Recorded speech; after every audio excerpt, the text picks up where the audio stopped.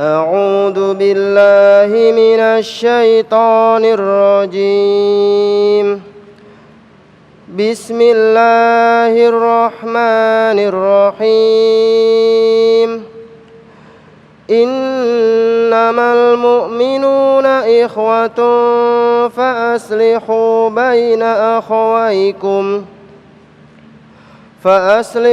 بين أخويكم واتقوا الله لعلكم ترحمون يا أيها الذين آمنوا لا يسخر قوم من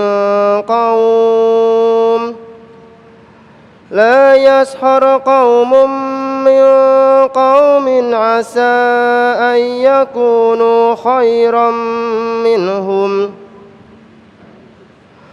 ولا نساء من نساء عسى أن يكن خيرا منهن ولا تلمزوا أنفسكم ولا تنابزوا بالألقاب بئس الاسم الفسوق بعد الإيمان ومن لم يتب فأولئك هم الظالمون صدق الله العظيم. Bismillahirrahmanirrahim. Assalamualaikum warahmatullahi wabarakatuh.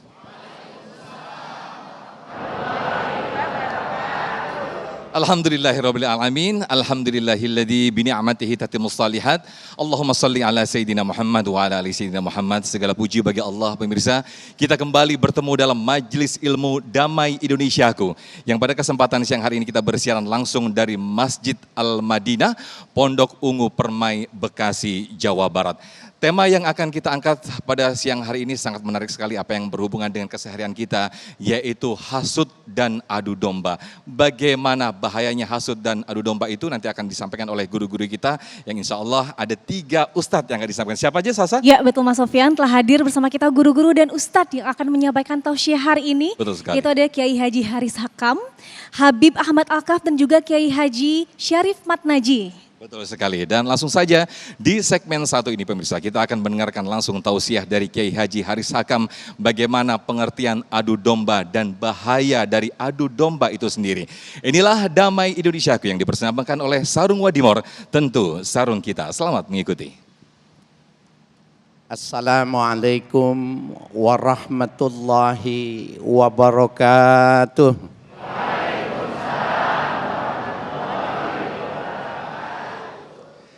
Bismillahi wahdah, nahmaduhu hamdan yuwafi ni'amahu wa yukafi mazidah.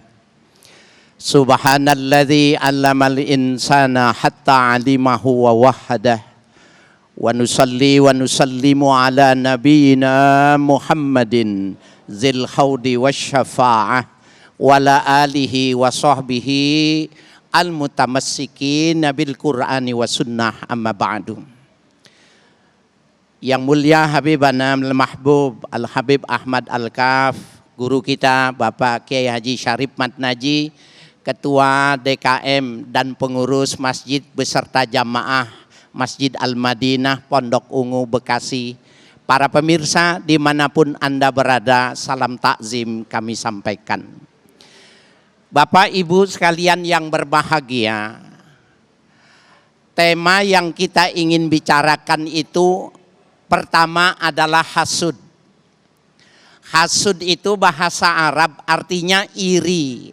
Tetapi iri yang berkelanjutan kepada action yang bisa merusak dirinya sendiri dan merusak orang lain. Yang kedua, adu domba. Di dalam kajian keagamaan disebut dengan namimah. Orang yang lahir di muka bumi itu perlengkapannya itu termasuk ada punya sifat hasud dan punya potensi untuk menjadi namam. Orang yang melakukan namimah, siapapun juga. Kenapa? Sepanjang dalam hidupnya itu ada potensi yang bagus, maka sepanjang itu pula potensi yang jelek ada pada dirinya. Subhanalladzi khalaqa kulla syai'in azwaj. Maha suci Allah yang telah menciptakan segala sesuatu itu berpasangan. Ibu disebut wanita karena ada laki-laki. Kita sekarang ini disebutnya siang karena ada malam. Nah, ada orang yang lurus tapi ada orang yang tidak lurus. Maka potensi baik dan potensi buruk itu semuanya ada. Bapak Ibu sekalian yang berbahagia, Imam Al-Fayyumi mengatakan bahwa yang namanya hasud itu tamanna zawala ni'matil mahsud ilal hasid. Berharap nikmat orang yang dihasud itu pindah akan dirinya atau kepada orang yang melakukan hasud. Bu, di kampung kita ada nggak orang kalau pengen ya, kalau lihat orang lain maju dia pengen bahwa yang punya orang itu pindah kepada dirinya. Itu namanya hasud. Itu namanya iri, itu namanya dengki. Bahkan kalau sifat ini dibiarkan repot nih. Ada peribahasa orang beli NMAX, dia beli Paramek. Ya. Kenapa? Puyeng dia ngelihat perubahan, pusing dia melihat orang kenapa cepat maju sementara dia tidak. Nih sifat yang jelek nih, Bu. Ibu punya cucu jangan dinamain hasud, jangan ya, jelek Bu ya. Yang kedua namimah, adu domba. Subhanallah, Bapak Ibu sekalian, apalagi sekarang nih mau menuju tahun politik, mau mengadakan pemilu, hasud dan namimah, dengki, adu domba ini menjadi lalapan sehari-hari. Hati-hati. Apa itu yang dimaksud dengan namimah? Namimah huwallazi yatahaddatsu ma'a qaumin fanamumu alaihim. Orang yang berbicara bersama kelompoknya, kemudian setelah itu dia mengadu domba. Fayaksifu ya al-mankulu anhu awil mankulu ilai awil thalis. Maka dari sebab adu dombanya itu bisa saja yang dibenci itu orang yang menyampaikan. Atau orang yang diadu domba itu yang sakit hati, atau ada bisa jadi pihak yang ketiga yang memberikan reaksi dari adu domba yang kita berikan. Subhanallah, Bapak Ibu sekalian yang berbahagia, ini dua penyakit hati nih. Hari ini kajiannya lebih banyak kajian sufistik. Bagaimana orang yang mampu memelihara hati, bagaimana dia menekan supaya tidak punya hasud, bagaimana supaya tidak adu domba. Subhanallah, maka sesungguhnya dia mampu melakukan memanage hatinya semacam itu, dia sudah mendapatkan pahala besar walaupun dia tidak melakukan ibadah yang mahdoh seperti sholat dan yang lainnya. Bahkan Bapak Ibu sekalian yang berbahagia, orang yang suka namimah, suka ngadu domba ini tidak akan masuk surga. Bapak Ibu sekalian, di kampung kita ini, di Pondok Ungu ini ada yang suka adu domba enggak? Yang mana orangnya yang mana? Ya, Bapak, kalau ada orang yang suka namimah, suka melakukan adu domba, jangan dideketin dia. Kenapa? Pertama penyakit, dia bisa nular dengan penyakit itu. Bahkan di dalam hadis sahih, bukan cuma tidak masuk dalam sorga, di alam kuburnya orang yang suka ngadu domba itu, dia sudah diazab. Nabi ceritanya lewat di kota Madinah, Nabi mendengar ada dua kuburan menangis. Ini salah satu mukjizat ya.